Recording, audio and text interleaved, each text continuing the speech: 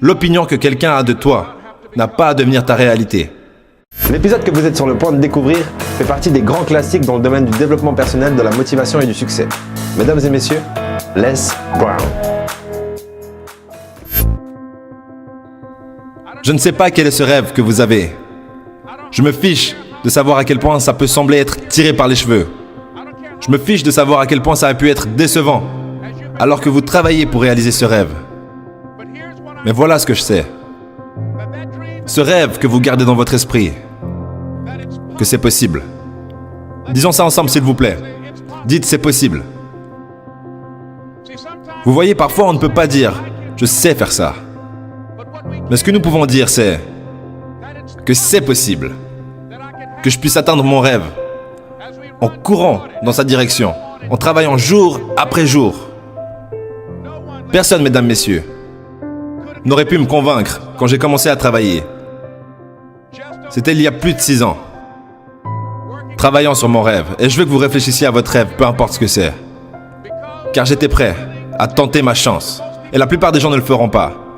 La plupart des gens à qui vous parlez, pour essayer de les intégrer à l'entreprise, ne sont pas des preneurs de risques. La plupart des gens ont déjà fait tout ce qu'ils feront. Ils fondent une famille, vont au travail et ensuite ils meurent. Mais les gens qui courent vers la vie de leurs rêves ont une signification particulière. Et voici ce que je peux partager avec vous. À travers le processus de travailler sur vos rêves, vous allez subir et subir beaucoup de déceptions, beaucoup d'échecs, beaucoup de souffrances, beaucoup d'obstacles, beaucoup de défaites.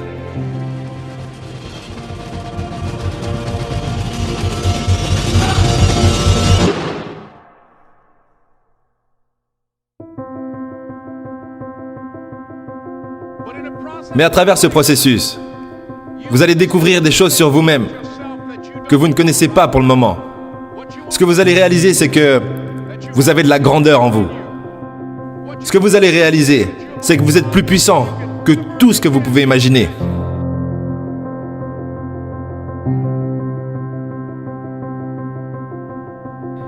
Ce que vous allez réaliser, c'est que vous êtes supérieur à votre situation.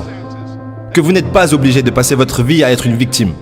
Un concept qui m'a beaucoup aidé dans la gestion de mes problèmes, ça a été de réaliser qu'il y avait vraiment une hiérarchie verticale entre mes problèmes et moi. Donc soit je suis écrasé par mes problèmes, soit j'écrase mes problèmes. Mais j'ai le choix et je peux toujours choisir de revenir en dessus des problèmes. Donc imaginez que vous avez énormément de problèmes aujourd'hui, dans cette période, peu importe. Et vous allez petit à petit vous sentir écrasé par tous ces problèmes. Mais vous pouvez toujours revenir à la conscience et écraser ces problèmes en retour. Pour moi, il faut comprendre une chose. Soit vos problèmes vous enculent, soit vous enculez vos problèmes. Mais de toute façon, quelqu'un se fera enculer. Comme Jack l'a indiqué, je suis né à Miami, en Floride, dans une zone appelée Liberty City.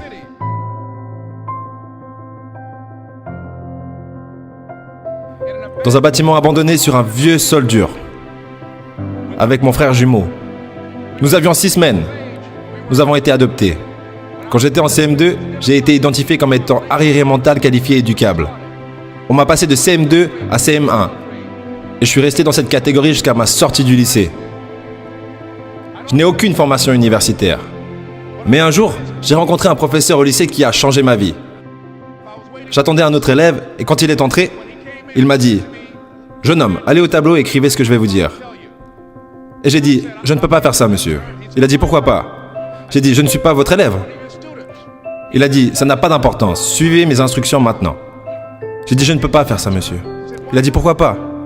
J'ai dit « Parce que je suis mentalement retardé. » Et il est venu vers moi depuis derrière son bureau. Il m'a regardé. Il a dit « Ne dis plus jamais ça.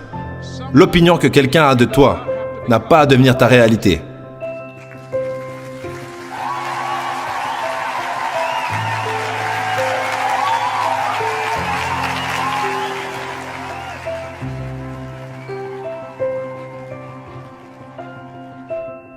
Et l'autre chose, c'est que la plupart des gens ne se sentent pas dignes. Ce que je fais maintenant, j'aurais pu le faire il y a des années. Mais parce que je n'avais pas fait d'études supérieures, parce que je ne croyais pas en moi, parce que je laissais l'opinion des autres contrôler mon destin, je n'agissais pas sur mes idées. Si je vous dis réussite, échec, au premier abord, on dirait que c'est deux choses séparées. Mais ce n'est pas le cas. C'est deux éléments, deux facettes opposées à la même pièce. Imaginez une pièce. Sur le côté face, c'est la réussite. Sur le côté pile, c'est l'échec. Les gens voient le côté face, mais si je veux vous donner la réussite, je dois vous donner l'échec avec. Du coup, si vous voulez réussir, vous devez accepter l'échec avec. C'est une pièce avec deux facettes différentes. Exemple, Thomas Edison. Vous savez qu'il a créé l'ampoule électrique. Combien d'essais il lui a fallu Ludo, d'ailleurs, combien d'essais il lui a fallu? Je ne me souviens plus. 2000 essais. 2000 essais. Imaginons qu'il a arrêté au 1999e essai.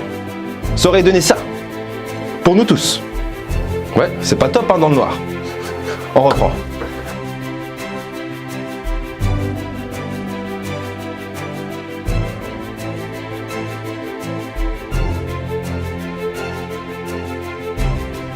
Alors je vous félicite. Parce que vous rêvez. Parce que vous courez vers votre rêve. Je vous félicite de croire en vous-même. Parce que c'est ça, la vie. Se dépasser et relever des défis.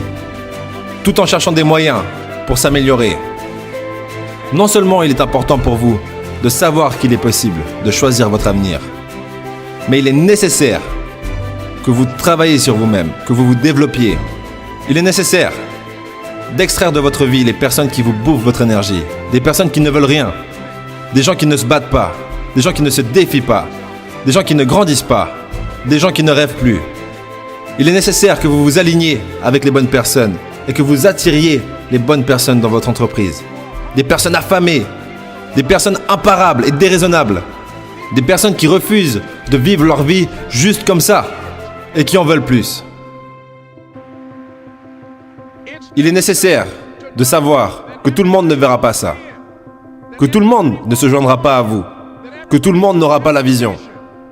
Il est nécessaire de savoir ça, que beaucoup de gens aiment se plaindre, mais qu'ils ne veulent rien faire de leur situation, que vous êtes une espèce peu commune. Vous savez, vous devez savoir en vous que je peux le faire, même si personne ne le voit pour moi, je dois le voir pour moi-même. C'est nécessaire. Il est aussi nécessaire, mesdames et messieurs, que vous fassiez preuve de créativité lorsque vous travaillez sur vos idées. Que vous compreniez l'importance de changer, de réajuster vos stratégies. Bien souvent, nous pouvons avoir une bonne idée, mais si vous ne la faites pas avancer correctement et que rien ne se passe, vous vous découragerez, penserez que cette idée ne fonctionne pas, mais non, ce n'est pas vrai. Peu importe ce que vous voulez faire, peu importe ce que vous voulez obtenir. Ne commencez pas par travailler trop dur. Commencez par réfléchir, puis travailler dur et intelligemment. Comment je procède pour faire ça? Je divise, peu importe ce que je dois faire, je le divise en deux étapes. La première étape, c'est que je dois travailler sur moi, pour qu'ensuite, le moi sur lequel j'ai travaillé puisse travailler pour moi. Il est nécessaire que nous devenions créatifs. Je me souviens, quand j'étais à New York, je marchais dans la rue, et un gars m'a approché et a dit « Eh monsieur, est-ce que je peux faire briller vos chaussures ?» J'ai dit « Non, je suis pressé, j'ai pas le temps. » J'ai continué à marcher et quelqu'un d'autre a dit « Eh monsieur, vos chaussures ont l'air sales, puis-je les cirer ?» J'ai dit « Non, désolé, je n'ai pas le temps, je suis occupé. » Là, je commence à marcher plus vite et beaucoup de gens m'ont sollicité pour mon argent. Et puis finalement, un jeune homme est venu devant moi et il a dit « Excusez-moi. » Et il a commencé à compter 97, 98, 99, 100. Il a dit « Monsieur ?» J'ai dit « Oui. » Il a dit « Venez s'il vous plaît. » J'ai dit « Qu'est-ce qu'il y a ?» Il a dit « Aujourd'hui c'est mon anniversaire. » Et chaque année, juste pour remercier Dieu pour une autre année de vie, la 100e personne qui passe devant mon stand de cireur de chaussures, je lui offre un cirage gratuit. Me feriez-vous cet honneur? J'ai dit pourquoi pas, bien sûr. Je me suis mis sur le stand de cireur à chaussures, je me suis assis là, et il a fait briller mes chaussures avec diligence. Et quand je suis descendu, je les ai regardées, elles étaient brillantes. Et j'allais m'en aller, et je lui dis merci, et je m'arrête, et je lui demande « Mais combien facturez-vous habituellement ?» Il dit « Seulement 2 $. » Je lui ai dit « Vous savez quoi, aujourd'hui c'est votre anniversaire. Voilà 5 $, gardez la monnaie. » Il a dit « Merci. » Et alors que je m'éloignais, en regardant dans la direction opposée, il a recommencé à compter. 97, 98, 99, 100...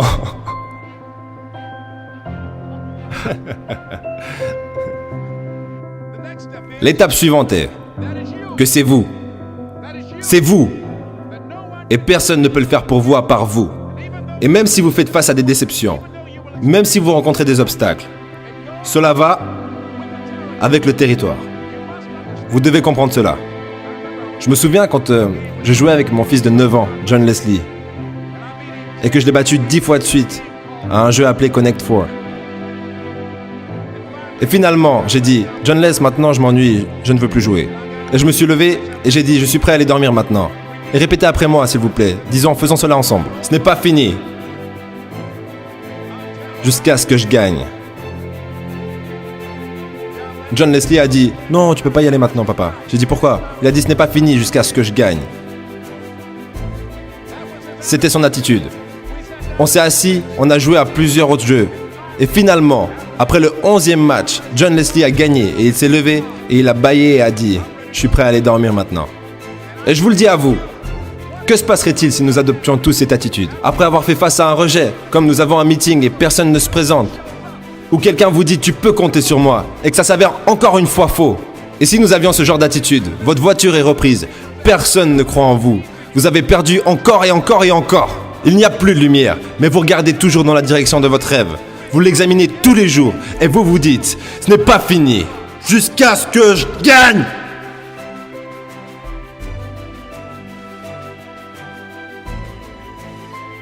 Dans cet épisode, Les Brown vous a dit « Félicitations ». Pour moi, c'est bien trop tôt pour les félicitations. Ce que je peux vous dire, c'est bon courage. Vous en aurez besoin. Parce que vous êtes des milliers à nous écrire tous les jours, à nous dire que vous avez eu des nouvelles réalisations sur ce que vous deviez faire, ce que vous pourriez faire. Et du coup, il va falloir agir sur ces réalisations. Et c'est pour ça que je vous souhaite bon courage. Et j'espère qu'un jour on pourra se croiser et à ce moment-là, que je pourrai vous dire félicitations. Voilà, on arrive à la fin de cette vidéo. Pour ceux qui veulent le livre Motivation, guide de survie, tuer le confort, votre vie en dépend, ça se trouve dans la description. Et moi je vous dis au prochain épisode. Ça m'a fait des frissons. Comment pouvez-vous vous entendre dire rockstar et aucune vibration sonore s'est produite?